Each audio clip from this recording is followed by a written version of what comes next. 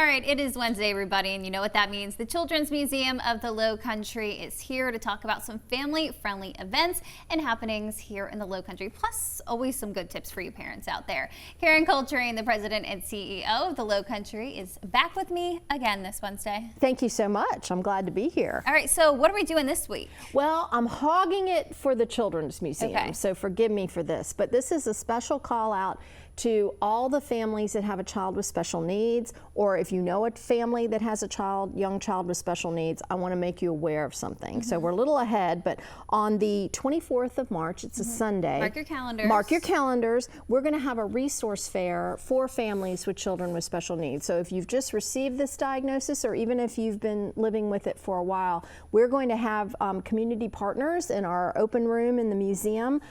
It's free to attend from 10 until noon, and I'll remind you that every other Sunday, so every first and or second and fourth, I always get it backwards, but you can check our website. We have superstars, and we are open free for families with special needs. You just need to pre-register. We do cap attendance just because we keep it a little bit low, keep the lights down, don't have the music loud. We have sensory support equipment for if a child needs it, and our staff is trained to handle everything. So, but I want to raise this resource fair on the 24th and get word out about it, because especially if you have a new diagnosis and you're trying to understand what's out there. So we've got several community partners that are, some offer therapeutic services, some offer activity services, but really geared for families with special needs. So. Is this the first time you're doing this?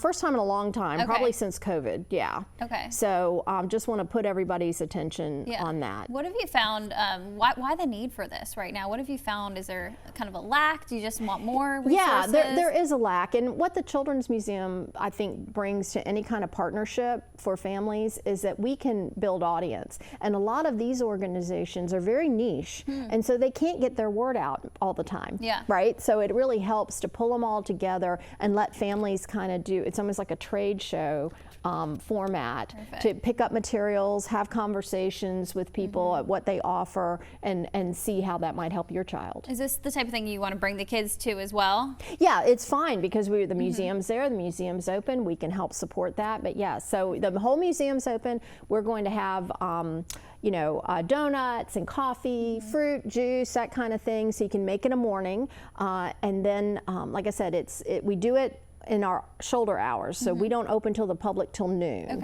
So we open for families with special needs 10 to noon, and this resource fair will be going on the 24th as a special add to that. Yeah, sounds like such a great thing. I hope so. Yeah, and all ages? All ages. Okay, perfect. Yeah, because again, the children, depending on the child's diagnosis, the Children's Museum can be very appropriate for older children with special needs. So definitely, always some good stuff going on there for everybody. Yeah, that's right. That's right. Well, the parent tip I have today actually comes from being out on the museum floor, and I watched a mom have almost one of her worst moments as a parent, and then I watched her recover in the most beautiful way I've ever seen, and I wanted to share it. Okay. I don't know who she was, so I can't name names, and I wouldn't anyway, but she did such a beautiful job. I thought, that's a parent tip. So let me tackle this tough issue, which is losing it with your child. Okay, all of us parents have done it. I've done it. My husband did it. All my friends have done it. We all have. We've all seen it too. We've all seen it. It's happened. So what was happening here was a little girl about 3 years old did not want to leave the museum. This does happen. Mom was ready to go and trying everything she could, but she was literally meeting a wall of stubborn toddler. And I had passed through the room and heard it escalating, and I was headed towards our lobby, which was the next room.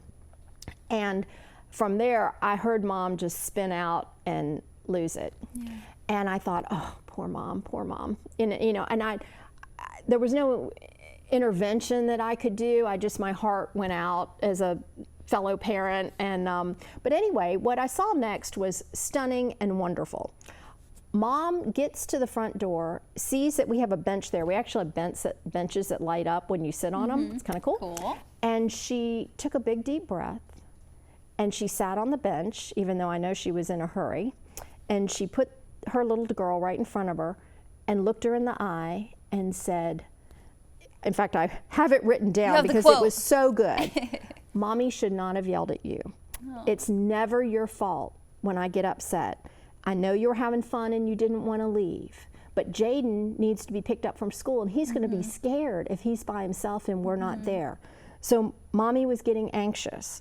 So let's go now and get him, and we'll come back here and have another time and have a good time. I love you so much.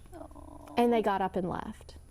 And I thought, oh my gosh, I just saw her at probably her worst moment, and honestly, her best moment. Because, and I can unpack that a little bit about what happened there. First of all, she calmed herself, which is huge. You have to do that in those kind of emotional moments. Toddlers push buttons. They have a unique ability to do that, as do teenagers and probably everybody in between. Husbands, you know, whatever. People push buttons. And so when you get your button pushed, she brought herself to a calm place. And she stayed in that conversation with her daughter and owned it. It wasn't, and this is the mistake all of us have made, of saying, Mommy's so sorry she did that. But you made Mommy yell at her. Okay, that the apology's over now.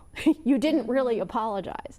She owned it and said, Mommy was anxious and it made me do this. So what her daughter's hearing is big feelings can result in behaviors. And they may not be great behaviors, but we can fix it because we love each other. And that's all there was to it, but it was magical and perfect, and it took what could have been a damaging moment in a relationship and made it a bonding moment in a relationship. So I just wanted to share that as a model for myself and everybody else, and it works even if you don't have children. It's the right way to respond.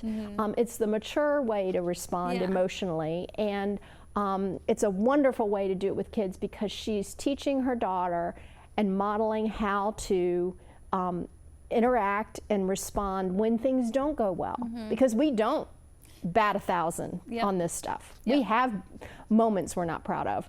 Luckily, kids are forgiving as well.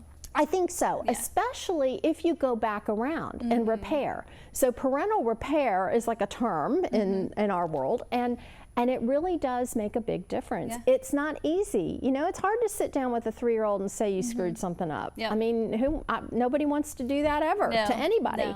But it's so important with 3-year-olds because their neurological, pathways are wiring up by everything we do.